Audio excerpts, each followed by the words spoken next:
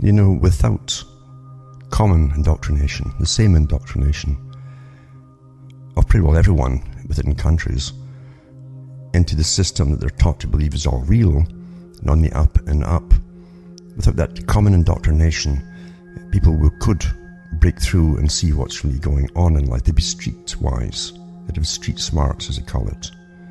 Someone who's street smart can basically look at any situation and in very few words cut to the chase in a succinct manner and sum up what really is happening in a particular area and why it's really happening, with no flowery imagery on top of it, which is really superimposed by the establishment as to try to give you a fake reason for why things happen. They cut to the chase and go right to it in a very nonchalant manner because they naturally think that way. They see through things very quickly, and the indoctrination they've had didn't take on them properly, so they're still pretty natural. They're natural people. And you find in Charles Galton Darwin, he called the elite, who are very streetwise since they pull the hood over our eyes, basically, of the general public. He called them the wild men. You have your wild instincts for survival, and therefore you are streetwise and street smart. Yet without this indoctrination, everybody should be street smart, and they would be more so too. What kind of society you'd have, I'm not quite sure, but the fact is you certainly don't have it now, because everything is run by tremendous psychological public relations expertise, right down to the perfect little details of indoctrination in school on various topics and things like that, with the use of psychologists and neuroscientists and the behaviorists, etc. You have no idea how much work has gone into creating you with your mindset to be the way it is. And you have your quality approval stamp on you, you're past fit to serve the system without knowing it by your betters. And yet most folk would be utterly shocked and probably completely in disbelief. This is the problem too. With any truth that comes out, regardless of facts, facts don't count when you're talking to the perfectly indoctrinated person. They'd be really shocked if they could understand that, like Charles Galton Darwin talked about, there's always been slavery in one form or another, all down through the ages.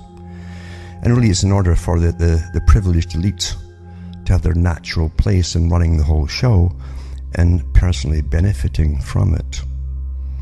And they truly do believe in the eugenics system. The whole concept of eugenics and superior types is very ancient. Very ancient indeed. And they believe, and have always believed, it's their right to rule everyone else beneath them. The problem is, if they get too big for their britches, which they always do, there's been rebellions done through history, and they never really feel safe. The safest they can be is when they indoctrinate populations into thinking that they're all free, and they have a say in what happens in their life, even though it's not true at all. It's a great con, but everyone gets that indoctrination that somehow government is there to serve the people, which is a joke. It's never ever been that way. And as I say, a streetwise person could sum up that so fast and give you 1,000 million examples of it in a short space of time to show you why it's never been that way and it is not now.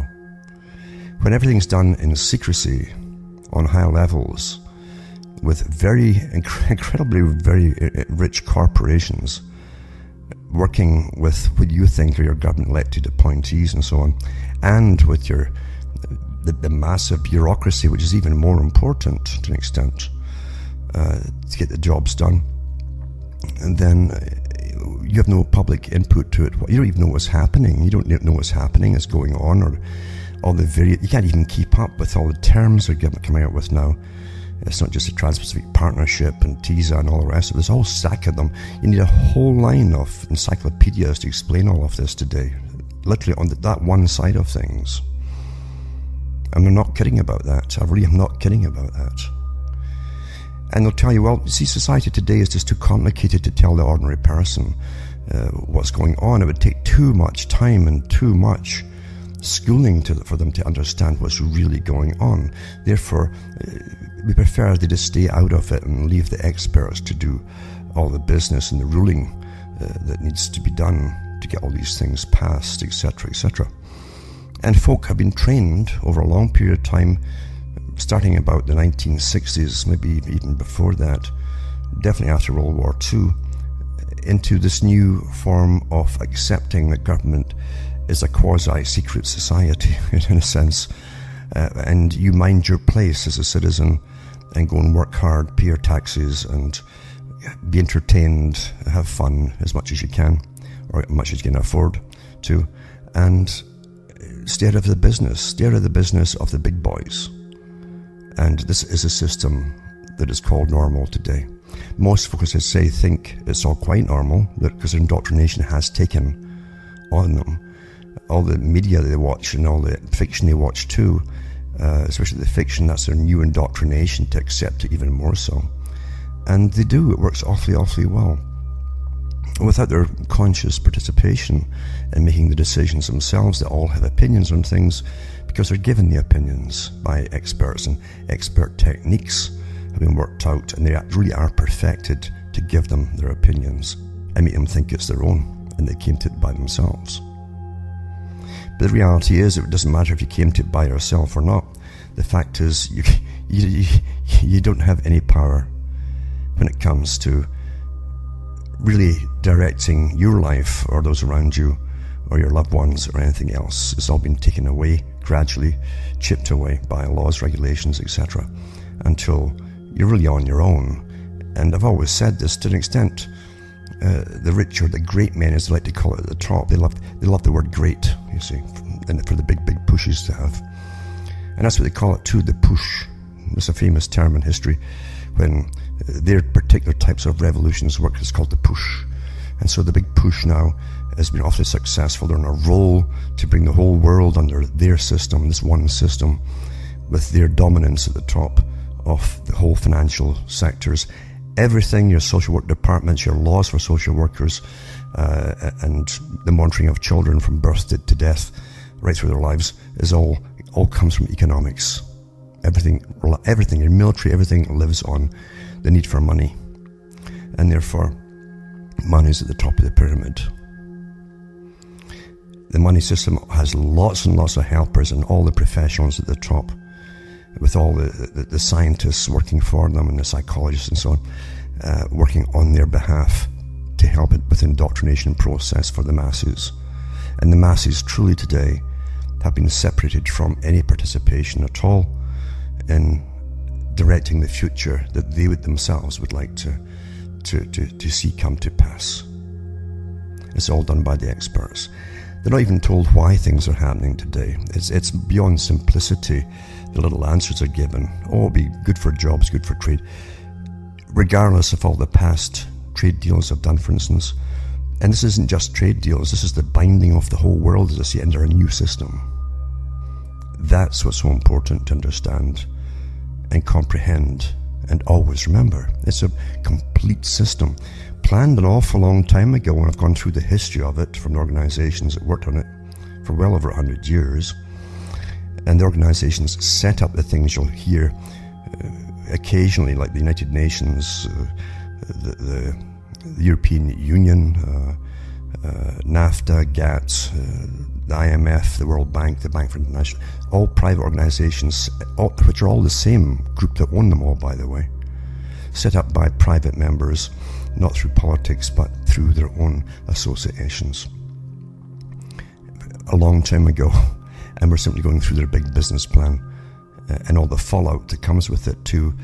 Like Rockefeller says, you can't make an omelette without breaking eggs. And it's just too bad. You'll have mass unemployment for a while, maybe depression, the whole lot, etc., as you amalgamate countries. When I was growing up, they had little cartoons in the newspapers, often with the joke, because so many corporations were swallowing up other corporations, and it'd be the World Corporation would be the end of the joke. And they would run every aspect of your life in every single country. And that's almost where we are. You'll even find that it's the same minority shareholders who have the bulk of the shares, and the private shares, by the way, of the top corporations They run all your energy, food, water, and everything else, and your money, which isn't yours. But anyway, that's a complex thing for many folk who live in the simplicity of television land to comprehend. If you truly have become streetwise, nothing shocks you because you know what has to come next and next and next. The big boys themselves, if you dig deep enough, even with all the secrecy, they'll have kind of condensed little versions of their various projects, etc., out there in PDF forms, from universities have them, etc. And you can glean from them where they're going. It's not that secret, it's an open secret to an extent. And as we acquiesce, this is the whole thing, we gradually accept the fact that experts, rulers, that's, you acquiesce and give them, legally actually, you give them a legal right to represent everything that runs your life. That's how law works, basically. So, nothing shocks you as it comes down the pike. I always get a laugh when I tune into some alternate shows once in a blue moon. Not many actually, to hear the same old spiel of just get the right guy in vote them into politics and it'll all change, which is the joke they've been playing for years. It's a definite joke, folks, and they know it too. So one person isn't going to change all of this. If they could do it, they wouldn't be breathing for very long, put it that way. And same thing with voting. If it really worked for the people, for their benefit, it would be banned. But in reality, as I say, reality is vastly different from indoctrination. So as streetwise folk, don't panic about things. They know what's coming down the pike, and they don't get all hot and bothered about it either, because they understand the complexity and the totality. Really, that's the key of all the different things that are all working together to make all of this happen. It's hard to wake up to an extent and see what to go for and say, okay, let's start getting a group to oppose this or oppose that, etc. There's that many things you'd have to oppose that it's impossible to. There's thousands of them. So say there's a whole lexicon there. You need encyclopedias larger than the Britannica sets you used to have to explain all of the different meetings that are happening all the time across the globe, where your government is represented with corporations and so on, and all these different institutions, then all the non-governmental organizations, the new form of what they call democracy, where the NGOs work for the big foundations, which are the fronts for the private corporations, to pretend that they have public input. No, they don't have public input. They have a paid army of NGOs that will go and demand things which the corporations themselves want to get passed into law. And therefore, where would you start with all of this? It's so far gone, so far gone.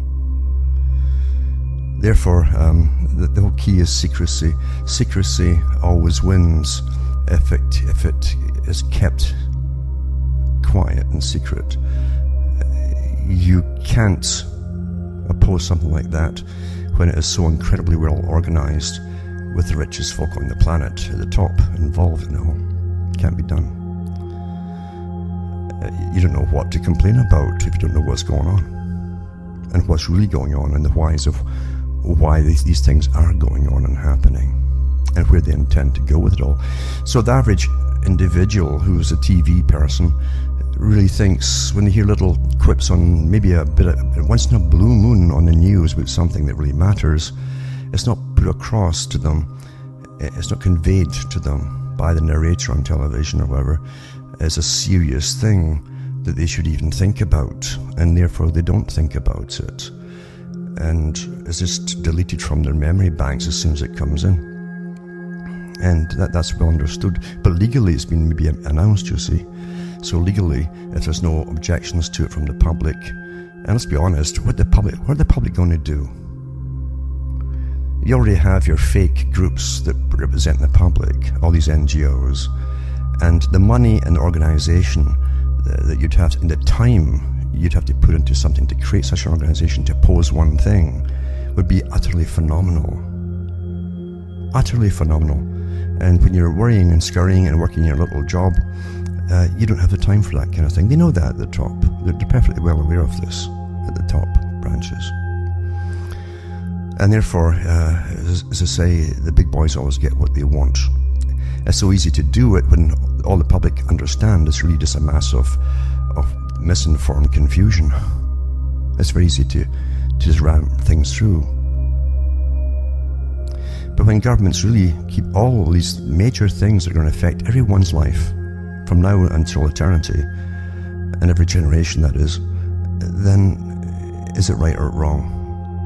And those who think, well, that's all wrong, well, again, do you really think that history has shown there's ever been an age where things were above board and honest, etc.? Most folk today, with their minimalistic education, think that democracy's always been around.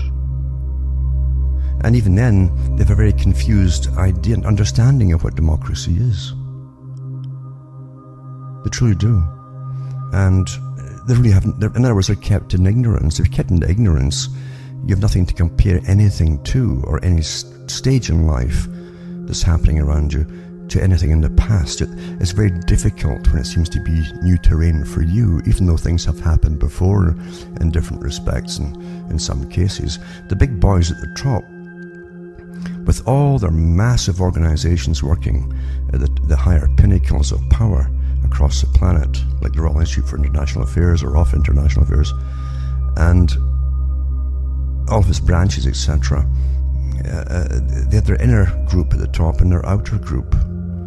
The inner group never publish anything to the general public. It's kept utterly secret. Even the members at the top are kept secret from the outer party list, basically. We don't elect these boys, but they set up the UN, the IMF, the central banking systems across the planet, etc., etc., the Bank for International Settlements, NAFTA, GATT, Visa, TPP, all these different terms that you may have heard. They set up all organizations and they have all the plans for it, and amalgamations of countries into big blocks, and eventually the country itself withers away and you're just left with the big block. Just like any big corporate takeover and amalgamation.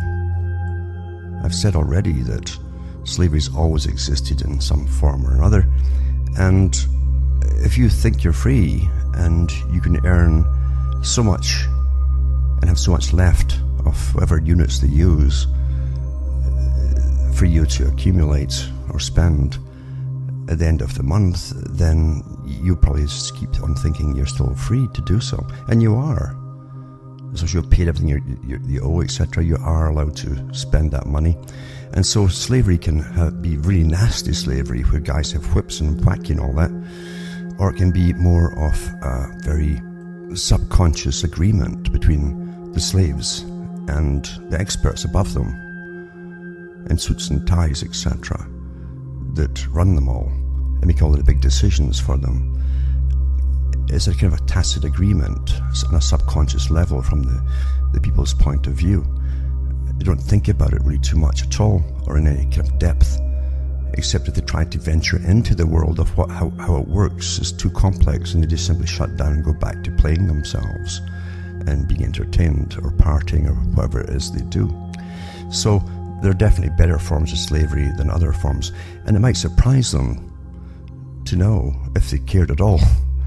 They might see it in a movie, for instance, and they say, oh, wow, yeah, that's where they learn most of the things today, even though it's generally negative or wrong or misrepresented. You'll find that slavery has always been discussed by elites all down through the ages to the present day. Always. The elite at the top have no problem about political correctness. Political correctness works as a censor mechanism on all of you. They make sure you get taught all of that with the Pavlovian responses when certain topics are mentioned. You shut down and go back to your default positions. But they themselves have no problems talking about what is, since they are in control of it all at the top. And they can look at any people or race or whatever and say very objectively how they see that race and what the traits are, etc., because we all have different traits, you see. And the same with the cultures, and they know that most of the modern traits were given to all the peoples for control purposes. I remember discussing simply the monetary system with a banker in an informal meeting years ago, and it was quite surprising to see his mindset. He wasn't just a banker, he was up higher in the branches and all the rest of it on an international level, and he said, well, we give the people jobs. Like, the people to him are this little insignificant numbers. He dealt with numbers all the time, and the people and the masses were just numbers of people who didn't really think. They just existed to the extent. This is, we give them work, we deal with the money. And the whole money system was a con and a joke in itself in order for a smaller elite. I mean, the whole idea with slavery, for instance, is that a small minority can benefit and live higher than all the people beneath them. And nothing has ever changed on that. Because it's true that all wealth really comes from the people themselves at the bottom. All production, all everything comes from human effort and ideas and labor and all the rest of it. That's very, very true. The boys at the top don't believe in laboring themselves. They get all of you to do it for them. And they work out a system to make sure that there'll always be plenty enough laborers at the bottom to do all the work that the elite want them to do for as little as possible. But it doesn't really matter about all the different schools of thought on that. The fact is this is how it all is. And even you look into the Marxist system too, it wasn't to free people, as people have been taught with the propaganda that was put out. Rather, it was to scientifically organize and run and rule and manage a whole people by experts. Again, not much different at all. That's why they work together, you see. They have a lot in common. And that's why they're so close to the guys who run what they call the right-wing or fascist-type systems or capitalistic systems. They work together because they're both on the same road, actually. And even in the top meetings, you'll find that they say, well, let's see what we have in common. It's the first thing they do. Let's see what we have in common, what we agree with, etc. And they'll say, well, we're not so different after all. Efficiency, you see. How to run a whole world population in an efficient manner. That's the idea behind it today. Has been for a long time. You don't really matter. All you faceless people at the bottom, what they call the silent majority, which most folk belong to the silent majority. They live, and they may or may not breed, and they work and they die. And they're forgotten in history. Where do you find history where peasants are mentioned, individual peasants, in any nation, except when it comes to some kind of rebellion, perhaps? Outside of that, there's nothing. They're just the peasants, the peasants, the peasants. Nothing has ever changed down from the beginnings of time to the present day and for the foreseeable future. You're just, you exist actually for the system. That's what the economists say. Your function is to produce and consume to an extent and keep producing as cheaply as possible for those who own everything. That's your purpose. And that's how they see all of you. When you're born, why do you think they're so incredibly interested in your genealogies to see what genes you might have inherited? So they can figure out what diseases you may or may not have down the road. Because the big boys in all nations, by the way, for an awful long time, well over 100 years, have fathomed out the projected income of each individual until they die. And from that income, how much taxes they can glean from them too, you see. It's incredible how much we're studied. We're so important, and yet unimportant at the same time on an individual basis. The big boys at the top too love sports themselves. They love competition amongst themselves. And they agree to have competition once in a while. Then they shake hands, smoke their cigars, etc. And then kiss and make up when someone has won and someone has lost. Because they don't really ever lose at the top. They make sure they definitely divide up the spoils of war amongst themselves all the time. It's kind of gentlemen's agreements. That's the kind of thing they have at the top. But for the people at the bottom, as I say, your purpose is to produce for the gross national product, domestic product, And that's, you think about it again, back to sports and betting and all the rest of it that the elite love to do. They've got the public trained now. That's awfully important to have an idea of this vague thing of the economy, this very vague thing in a simplistic manner, and the gross domestic product of your country, your output and what they've earned that year, etc. It's just amazing, because who said you're born for that purpose? Well, they did, you see. No one's ever sat with you and say, what's the purpose of your life? Because you're already, the game has already been written for you. The rules are written for you, and the barriers are already in place for you that you can't go beyond. So your purpose in life is to live in the little circle that you can live in, and get the kind of job within that kind of circle that you could possibly get, and again, earn money, produce, pay taxes, and so on. That's your purpose. Not how you really feel, or how. Actually, they brought that into it in recent years. It came from the United Nations with the behaviours that worked for them. It came out of the whole well-being aspect of thing, the positive thinking. Don't look at the negative things. Look at the happy things in life. It's penetrated everything in psychology for indoctrination purposes, and it's now into the whole realm of what your purpose is and so on. And are you happy? How is your well-being? What on the earth is well-being? Or your wellness? And they have surveys now they're putting out in different countries, and have been for quite a few years now. Rather than say, are you happy making ends meet and having a little bit left over to watch a movie or something, or whatever it is you want to do, or get a particular album, music album, whatever it is. It's not that anymore, because you're going into austerity, where most of what you earn is going to get taken up by what you need to buy for pure survival. Your food, water, bills, energy bills, and all the rest of it you have to pay for. And that's where it's all to go, and taxes. Therefore, it's more important you start thinking about wellness. In other words, it doesn't matter if you're living in a pigsty, which is falling apart, but how do you feel about it? Do you feel happy about it? So the happiness factor, this fantastic mind-bending technique that they use to take your problems away from what's really wrong into, well, it doesn't matter what's wrong, how do you feel about how you're living? Forget the problems of why you're like that. How do you feel about it?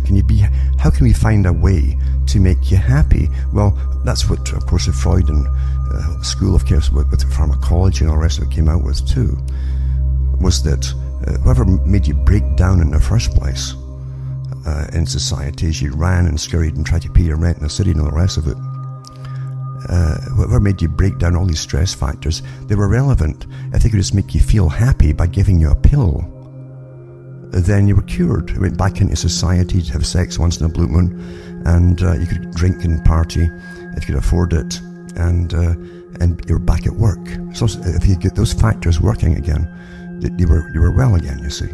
Wellness. And now they're trying to do it with drugs and without drugs as well. You don't look upon your situation in this fashion. Look upon it that way. This is a new way of looking upon it. You'll feel happy about it then. You see? You have no idea how important it is to keep you happy. Because if you're unhappy, you're not a good producer at all. You're examined like the products that are sold, and technically you are the product.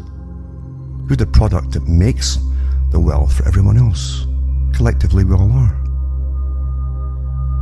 And especially for those at the top.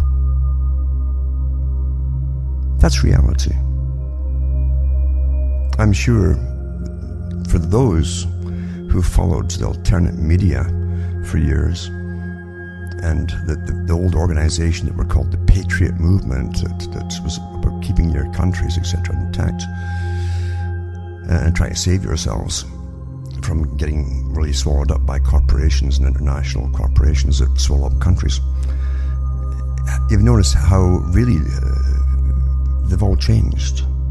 Lots of them, some of them were fake to start with. Not well, lots of them, some of them were definitely fake to start with.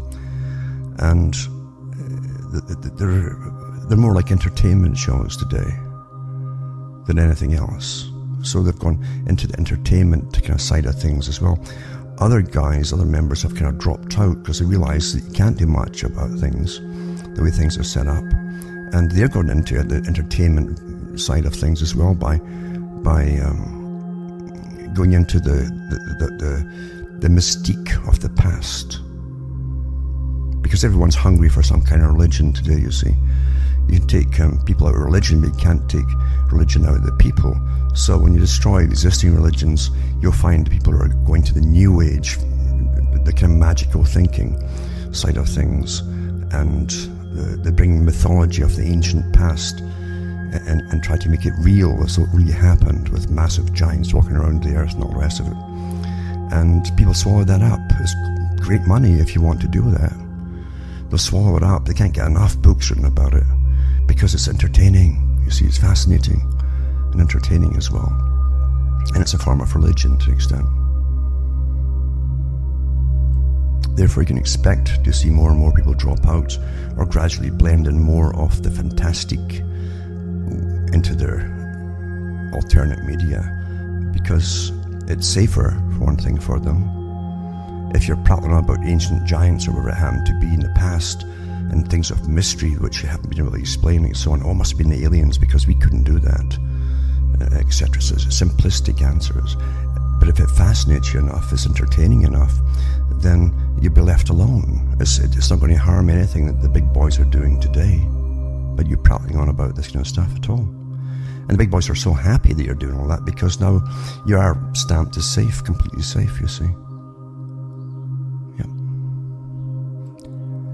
And now they have traveling conspiracy shows that go around the country and so on. Big money and some big names involved and so on. And they talk about what's happening to an extent. And other guest speakers in the same event will be guys on aliens and UFOs and so on, until it's all into one big circus, you see. You just become part of the circus when you're just giving out the plain facts of what's happening today. It's a shame that.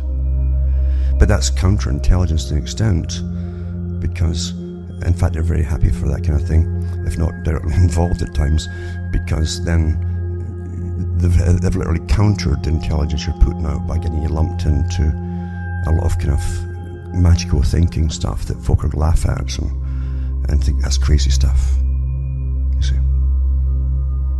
I never ever intended to come out and really change in a drastic way anything except to save a few souls here and there from bashing their heads against the wall as they're growing up, the kids especially.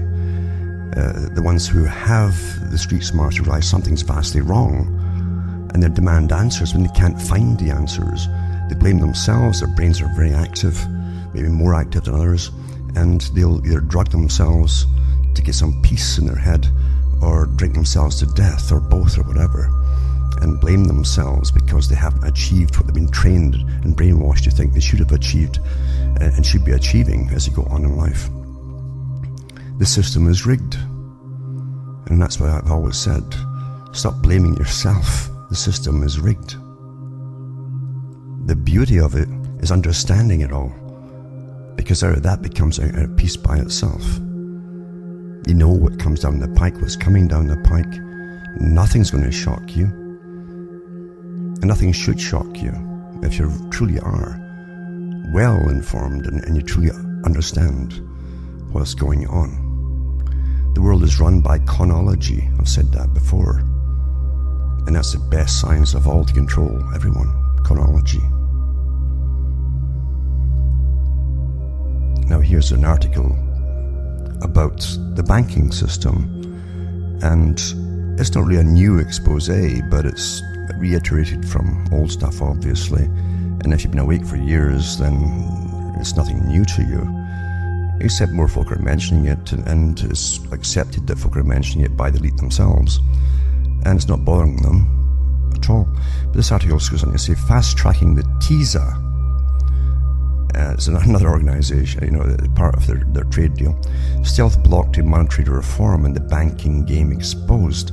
In March 2014, the Bank of England let the cat out of the bag. Money is just an I.O.U. And that's what it's always been. That's what paper money, now it's electronic money, it's an I.O.U. And the banks are rolling in it. So wrote David Graeber in The Guardian the same month, referring to the Bank of England paper called Money Creation in the Modern Economy. The paper stated outright that most common assumptions of how banking works are simply wrong. Now, why were they put out? Well, because it was part of the conditioning of the people. You get brainwashed into the false assumption. It's by deliberation. The result, said Graeber, was to throw the entire theoretical basis for austerity out of the window. The revelation may have done more than that. The entire basis for maintaining a private extractive banking monopoly may have been thrown out the window, and that it could help explain the desperate rush to fast-track not only the Trans-Pacific Partnership and the Transatlantic Trade and Investment Partnership, the TTIP, again back to this set of encyclopedias, but the Trade and Services Agreement, TiSA, and TiSA would nip attempts to implement public banking and other monetary reforms in the bud. The Bank of England report confirmed what money reformers have been saying for decades, that banks do not act simply as intermediaries, taking in the deposits of savers and lending that money to borrowers, keeping the spread in interest rates. Rather, banks actually created deposits when they make loans. And they do create deposits. That's how it works. The bank is fractional reserve. The Bank of England report said that private banks now create 97% of the British money supply. Private banks. It's the same in America and same in Canada and everywhere else. It says the US money supply is created in the same way. It says that money is really just an I.O.U. The role of the central bank is to preside over a legal order that effectively grants banks the exclusive right to create I.O.Us of a certain kind, ones that the government will recognize as legal tender by its willingness to accept them in payment of taxes. There's really no limit on how much banks could create, provided they can find someone willing to borrow it. And this is just consider what might happen if mortgage holders realize the money the bank lent them is not really the life savings of some thrifty pensioner, but something the bank just whisked into existence through its possession of a magic wand which we the public handed over to it. Well, we didn't, you see. It was done by stealth and chronology. If money is just an I.O.U., why are we delivering the exclusive power to create it to an unelected, unaccountable, non-transparent private banking monopoly? Why are we buying into the notion that the government is broke, that it must sell off public assets and slash public services in order to pay off its debts? The government could pay its debts in the same way private banks pay them, simply with accounting and entries in its books. What will happen when a critical mass of the populace realizes that we've been vassals of a parasitic banking system based on a fraud, that we the people could be creating money as credit ourselves through publicly owned banks that return the profits to the people? Henry Ford predicted that a monetary revolution would follow. There might even be a move to nationalize the whole banking system and turn it into a public utility. It's not hard to predict that the international bankers and related big money interests, anticipating this move, would counter with legislation that locked the current system in place, so there was no way to return money and banking to the service of the people, even if the current private model ended in disaster, as many pundits also predict. And that is precisely the effect of the Trade and Services Agreement, which was slipped into the fast-track legislation now before the US Congress. It is also the effect of the bail-in policies currently being railroaded into law in the Eurozone, of the suspicious war on cash seen globally, but those developments will be the subject of another article. This is on June the 3rd, 2015, WikiLeaks released 17 key documents related to TiSA, T-I-S-A, which is considered perhaps the most important of the 3 deals being negotiated for fast-track trade authority. The documents were supposed to remain classified for 5 years after being signed, displaying a level of secrecy that outstrips even the Trans-Pacific Partnership's 4-year classification. TiSA involves 51 countries, including every advanced economy except the BRICS countries, that's Brazil, Russia, India, China, and South Africa. The deal would liberalize global trade and services, covering close to 80% of the US economy, including financial services, healthcare, education, engineering, telecommunications, and many more. It would restrict how governments can manage their public laws, and it could dismantle and privatize state-owned enterprises, turning those services over to the private sector. Well, that's part of the big purpose of it. And it says, recall the secret plan devised by Wall Street and US Treasury officials in the 1990s to open banking to the lucrative derivatives business.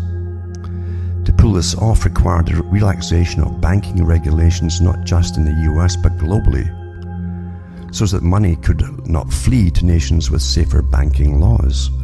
The vehicle used was the Financial Services Agreement, concluded under the auspices of the World Trade Organization's General Agreement on Trade and Services. The plan worked, and most countries were roped into this liberalization of their banking rules. The upshot was that the 2008 credit crisis took down not just the US economy, but economies globally. TiSA picks up where the Financial Services Agreement left off, opening yet more doors for private banks and other commercial service industries, and slamming doors on governments that might consider opening their private banking sectors to public ownership. In a report from the Public Services International called TiSA versus Public Services, the Trade and Services Agreement and the Corporate Agenda, Scott Sinclair and Hadrian Mertens Kirkwood noted that already formidable challenges to safeguarding public services under GATS, G-A-T-S, will be greatly exasperated by TiSA, which blocks the emerging trend to return privatized services to the public sector. Communities worldwide are re-evaluating the privatization approach and remunicipalizing these services following negative experiences with profit-driven models. These reversals typically occur at the municipal level, but they can also occur at the national level. One cited example is water remunicipalization in Argentina, Canada, France, Tanzania, and Malaysia, where an increasing frustration with broken promises, service cut-offs to the poor, and the lack of integrated planning by private water companies led to a public takeover of the service. Another example is the remunicipalization of electrical services in Germany. Hundreds of German municipalities have remunicipalized private electricity providers, have created new public energy utilities following dissatisfaction with private providers, inflated prices, and poor record in shifting to renewable energy. This has brought electricity prices down. Other sectors involved in remunicipalization projects will include public transit, waste management, and housing, because everything's been privatized off. Sinclair and Mertens Kirkwood observe that TiSA would limit and may even prohibit the remunicipalization because it would prevent governments from creating or re-establishing public monopolies or similarly uncompetitive forms of service delivery. So it's an attempt to stop you putting back into a public system technically owned by the public and run by local governments or whatever it happens to be. It's an attempt to stop all that and keep it all private. This is like GATS or Article 16. The TiSA would prohibit public monopolies and exclusive services suppliers in fully committed sectors, even on a regional or local level. Of particular concern for remunicipalization projects are the proposed standstill and ratchet provisions in the TiSA. The standstill clause would lock in current levels of service liberalization in each country, effectively banning any moves from a market-based to a state-based provision of public services.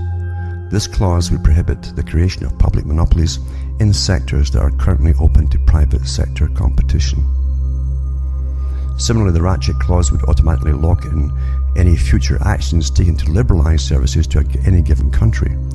If a government did decide to privatize a public service, that government would be unable to return to a public model at a later date. So once it's privatized, in other words, to any international body, any part of the service, your national services, you can't go back. That's what the purpose of it is. So it's awfully, really important, as I say. The public don't hear about any of this stuff here.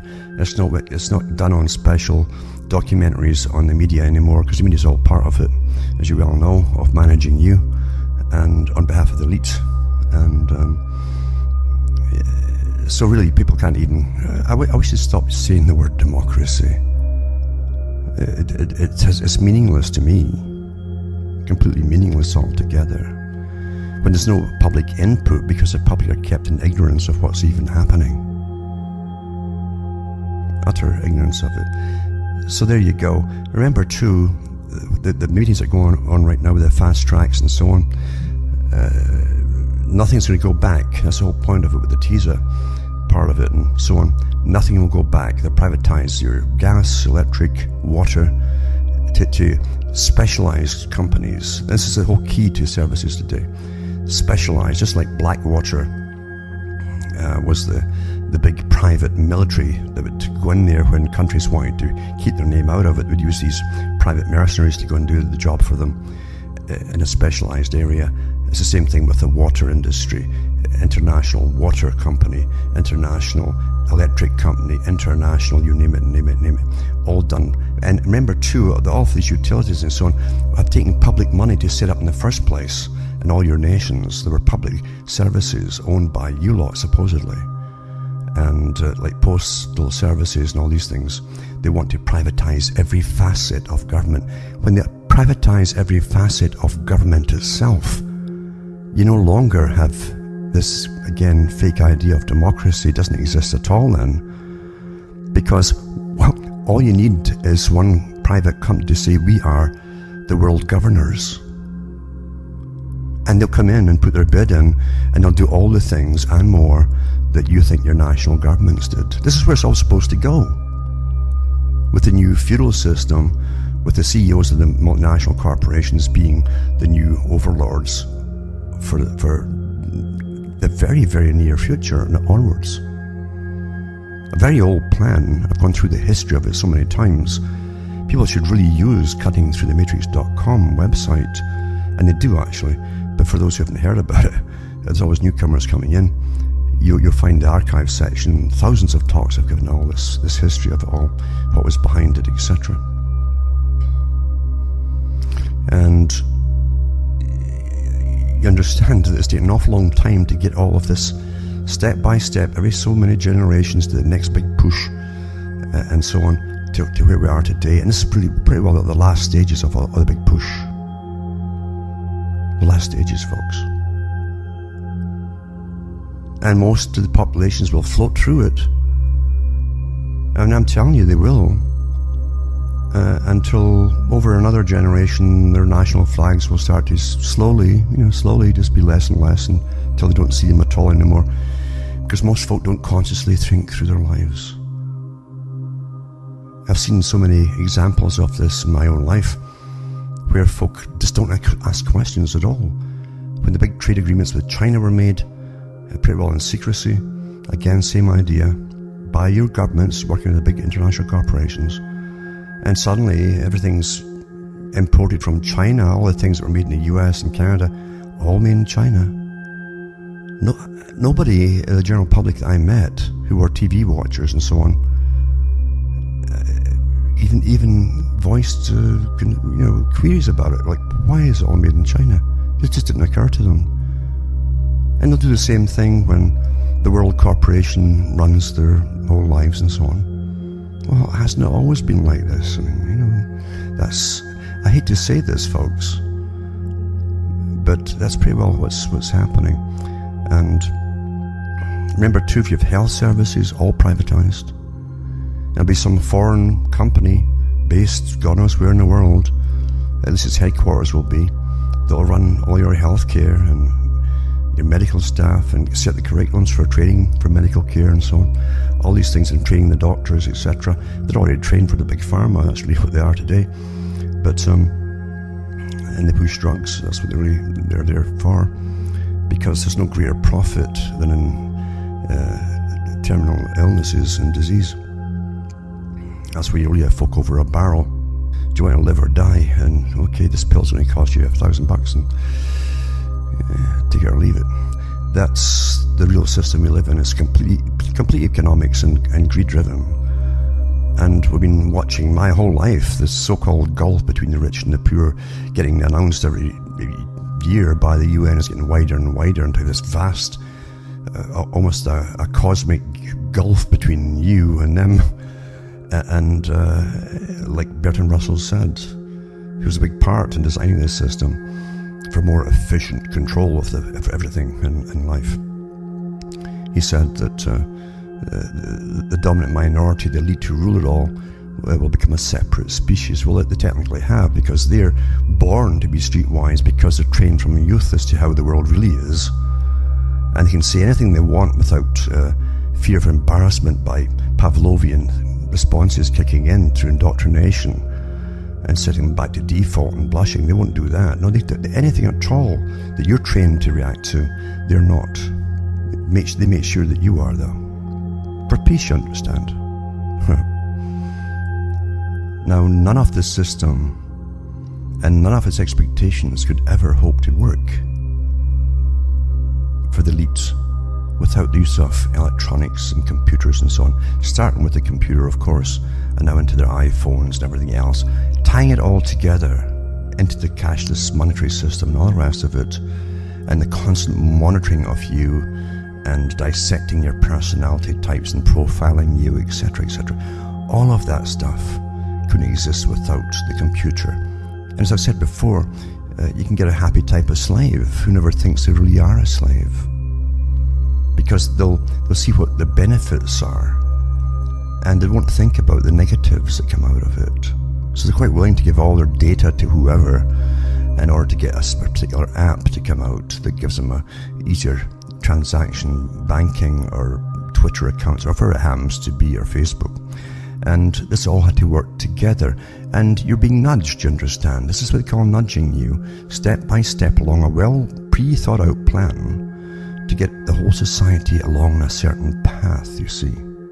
Before, they used to have to try basic advertising, and then they went into creative advertising, selling you the fantasy as opposed to the reality, and not even telling you why you should buy that product in reality. That's how it has been for a long time.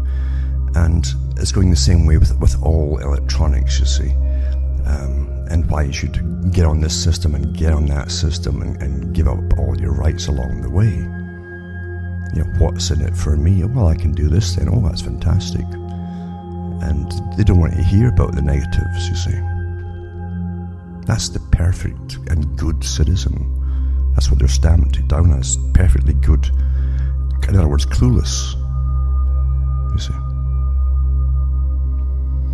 So, you've been nudged along the path until everything's done through that little, at the present it'll be an iPhone or whatever, and you can't live in any system outside of it, you know. I mean, technically today, we're trapped because we can't live without this thing called money, this con called money that runs everything else.